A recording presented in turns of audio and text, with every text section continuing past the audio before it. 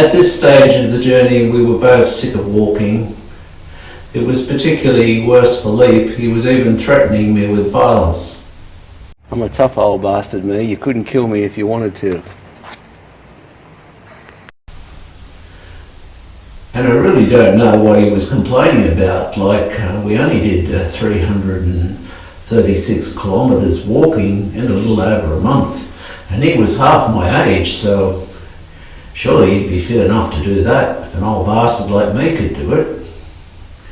So a decision was made to hire a car, and the moment had already been prepared for. While I was in Australia, I secured an international driver's licence.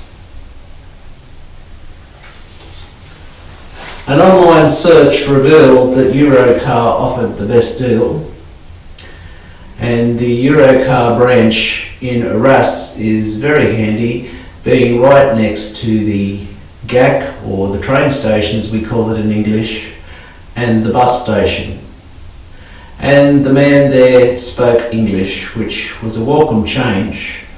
I cheated a little bit with the website I showed you, because when I looked it up in Arras, it was actually written in French. Before securing the car, there was a great deal of difficulty with my Newcastle permanent Visa debit card.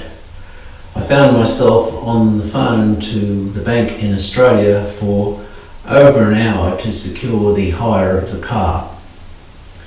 And then we had secured ourselves a Fiat 500, and it proved to be quite an amazing little car. People who know me know that I'm a bit of a car nut and I love big cars. Both my cars in Australia, one of them is a Mercedes G-Wagon and the other one is an Australian-built Holden Calais. However, the Fiat was not at all lacking in space. Surprisingly big for its little size, and ideally suited to the conditions in France with the ducky roads and high fuel prices. Please feel free to freeze the video as a full set of technical specifications is on screen. My parents owned a Fiat and it was an amazing car, and this one did not disappoint. The version I had of the Fiat 500 was the hybrid version with a 6-speed manual gearbox. Although an Italian vehicle, it was surprisingly assembled in Poland. It had a claimed 51.5 kilowatts of power and felt to be quite nippy, and a rather small fuel tank of 35 litres, although more than adequate. At one stage of the journey I drove for 6 hours and only consumed 26 litres of fuel, at a cost of some €70. Its claimed top speed is 167 kilometers per hour, not tested by me, and a 0 to 100 kilometer an hour speed of 13.8 seconds. But its amazing aspect was its fuel economy. It consumed as little as 3.4 litres per 100 on a trip. In the old money, that's British money, that's 83.1 miles per gallon. This should prove to be exciting. My first time for driving on the right hand side of the road. As you can probably tell, I'm driving very gingerly. There is a few important things to remember when driving in a foreign country. First thing is, when you make turns, the driver is always in the middle of the road.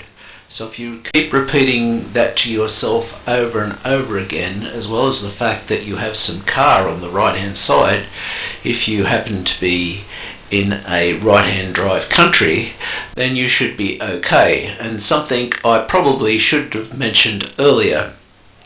When hiring a car, it's good to get insurance. The offer was available to get the vehicle without insurance, and I saw that as a silly choice, although others may make that choice.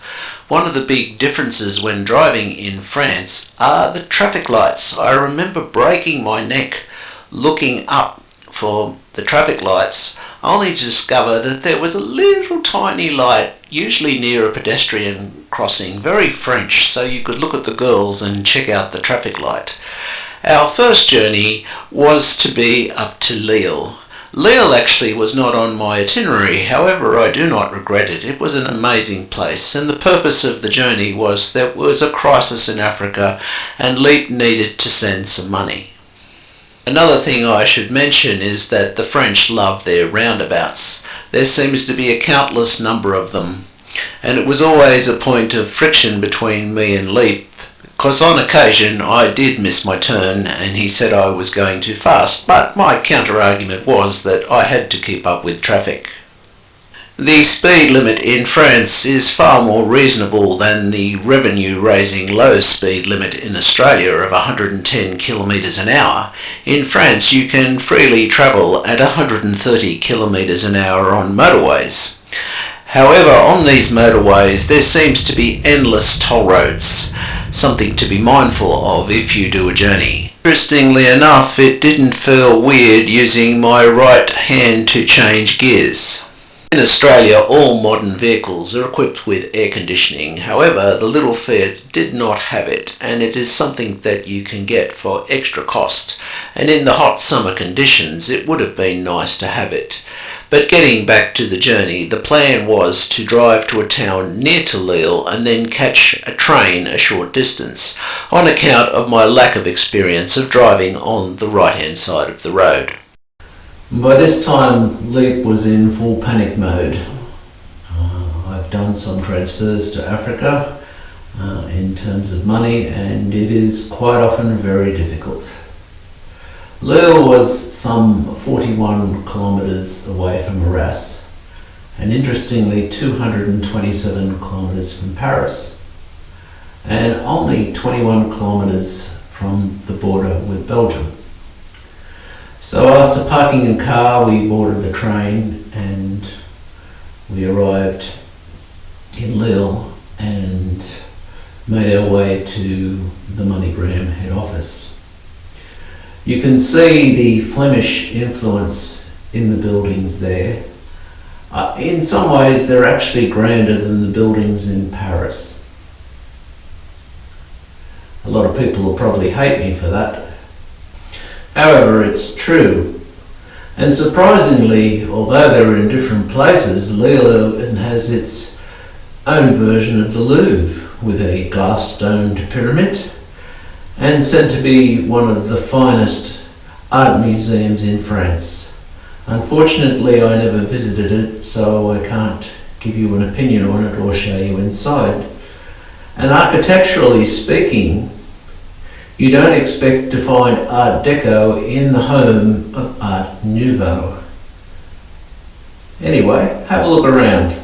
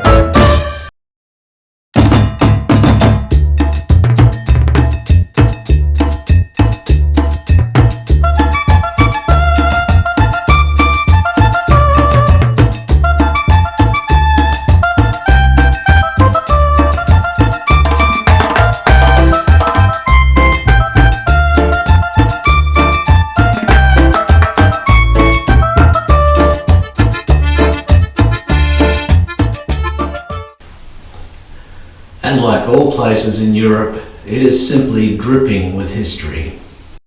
Lille, now France's north-end capital with the first written evidence of Lille's existence, can be found in a charter dated 1066, being village between arms of the Dual River. Count Baldwin IV of Flanders fortified it in the 11th century. The medieval town was destroyed or changed hands several times. Louis XI besieged and claimed it in 1667. After being captured by the Duke of Marlborough in 1708, it was finally ceded to France in 1713. By the Treaty of Utrecht. Lille was damaged and also occupied by the Germans during World Wars I and II with Tourcoing and Roubaix. Lille forms one of the largest conurbations in France. Its commercial and industrial activities have been stimulated by its proximity to the northern countries of the European Economic Community, and by its good communications location. It is an important railway junction from the 18th century. It has a Commission for Regional Economic Development, a branch of the Bank of France, and has an annual international commercial fair, begun 1925. Lille is the traditional textile center of France. Other industries include an iron and steel works, machinery manufacturing, and food processing and chemical plants. The Boulevard de la Liberté, running southeast-northwest, divides the old town in the north,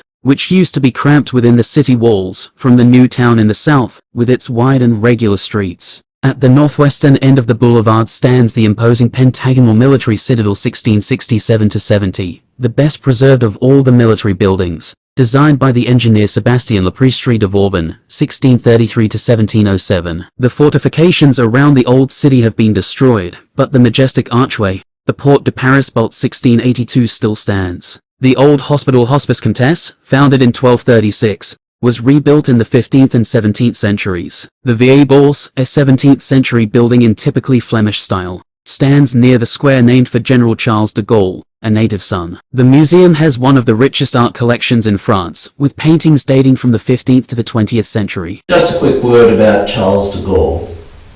He was born the 22nd of November 1890 and passed on the 9th November 1970. During World War I, he was recognised for distinguished service, and during World War II, he became a Major General of the French Army. I think at one point he even led the French forces. He was President of France on 2 occasions, from the 3rd of June 1944 until the 20th of July 1946. And again on the 8th of January 1959 until the 20th of April 1969. Car lovers like me will also recognise him because of his recognition as the Citroën as France's national car. There was an assassination attempt on his life. His car was riddled with bullets, with 2 flat tyres, but because of the unique suspension system on the Citroëns, it managed to get the president to safety. And that is why Citroën is France's national car, and those early Citroëns were technically amazing. I would even go so far to say that they're superior to the new ones. On the matter of the synagogue at Lille, it is still a acting military base, so you're not allowed to actually go in there, and I never did. I was a bit naughty and I put a drone up just to have a bit of a look around. But there's beautiful walking tracks and picnic grounds around there, so if you're looking for a day with the family or something like that, it's a good spot to have it. Well, we left Lille and we returned to Arras and planned our next trip. So we went through the morning ritual of waking Leap up, who tended to like to text girls in Egypt up until 2 o'clock in the morning, but he always come good after a coffee. Then we walked out to the car and started our drive of 40 kilometres to the Great Wall Museum in the Somme. Curiously, it is also 144 kilometres from Paris. It's quite a pleasant drive there. I was getting the hang of driving on the right hand side of the road. The Somme is the site of probably one of the bloodiest battles in World War One, and foreign countries have cemeteries which, administered by them, they even fly foreign flags. I'll show you the history of the place. The now famous Battle of the Somme started July 1 November 13, 1916, costly and largely unsuccessful Allied offensive on the Western Front during World War I. The Germans were securely entrenched and strategically located when the British and French launched their frontal attack on a 21-mile, 34-kilometer front north of the Somme River. A week-long artillery bombardment preceded the British infantry's going over the top, but the latter were nevertheless mown down as they assaulted the virtually impregnable German positions. The British sustained nearly 60,000 casualties, 20,000 dead, on the first day of the attack. In September, the British introduced their new weapon, the tank, into the war for the first time, but with little effect on the battle. The Somme offensive gradually deteriorated into a battle of attrition. In October, torrential rains turned the battlefield into an impassable sea of mud, and by mid-November, the Allies had advanced only 5 miles, 8 kilometers. Although the figures have been much disputed, the casualties from the First Battle of the Somme perhaps amounted to roughly 650,000 German, 195,000 French, and 420,000 British. The Battle of the Somme became a metaphor for futile and indiscriminate slaughter. By taking the offensive in the Somme, the Allies did manage to relieve the German pressure on Verdun, however. We managed to find the place without too much trouble, and I was really falling in love with the little Fiat. She was a dream along the freeway. We made our way inside, taking note of all the foreign flags upon the roof, paid the admission fee, and started to learn more about the horrors of trench warfare. I was particularly taken by the uniforms laid on the floor as if they were the bodies of fallen soldiers, and they were laid out in countries, like the Germans had one, the English and the French. And when we started to look at things, well, Leap's posture in this photo just says it all.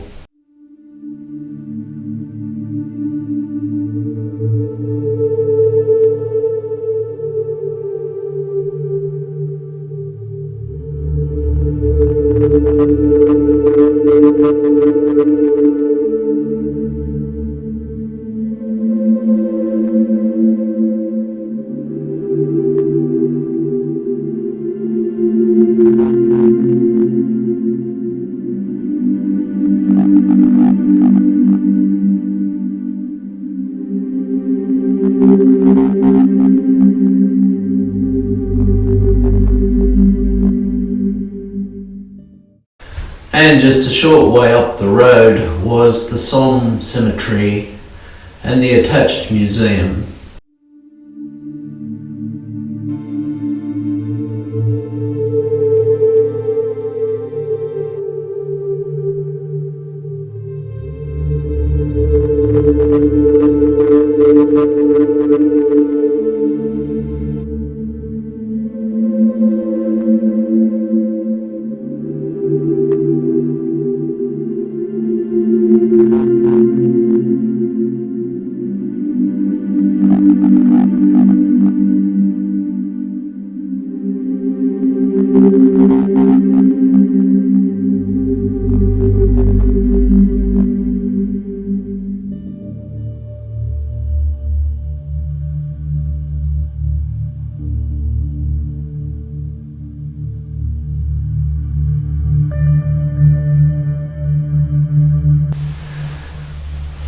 Ever since going to France, World War I has haunted me. Although not shown in the video, I took time to walk through the cemetery, read the names, and there was a deep sense of sorrow. We had some family members who participated, although I'm not sure that any of them participated in the song. William Ryan was in the north of France. He managed to come home, but the poor people here did not. As we make our way down to the museum, a solitary monument stands, with its size in no way reflecting its significance or importance. The museum itself is partially underground, a reflection of the tunnelling that took place in the area. You're greeted by a lady with an English accent, a surprising find in such a place, but I guess most of the visitors there are from England. And then the names on the graves take on faces. And one particular letter was highly significant. A stained piece of paper written as a will, accompanied by the death certificate of the poor soul. As you walk around the museum, you come across a number of display cases. And in one of those display cases you see rows of spent shells. They're made of brass and they don't deteriorate, but it gives you some idea of the amount of shells that were fired over the course of the campaign. And some creative people have even made works of art out of the spent shells. And then there are personal items like helmets and other artifacts. During World War I, horses were a big thing, and you can see the amount of horseshoes that were lost over the campaign and buried in the mud in yet another display case. And then there is, some have called it a brilliant piece of engineering, the Gatling gun, and you can see where the shell cases have been damaged by the mud, and you cannot help but wonder how many people this gun has killed. And yet again, a World War I aircraft. Almost looks good enough to fly.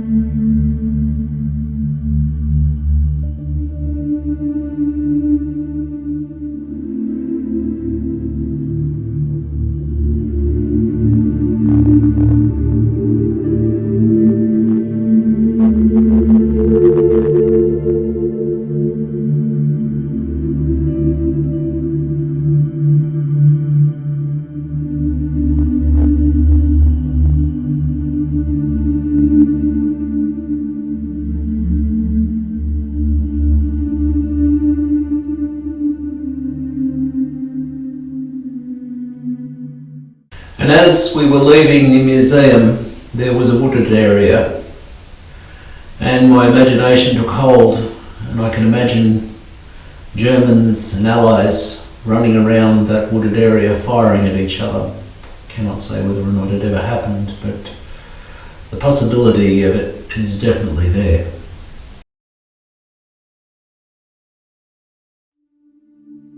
As we go about our busy lives, it is very easy to lose sight of the big picture. In these videos I've showed you the horrors of World War I, and it's unbelievable to believe that just 25 years later we were at it again. But since then, times have changed. We are living in the longest period of continuous peace in history. And this is something to be thankful for and something to continue. But it's important to look around us and compliment beauty, have a glass of wine, spend time with friends.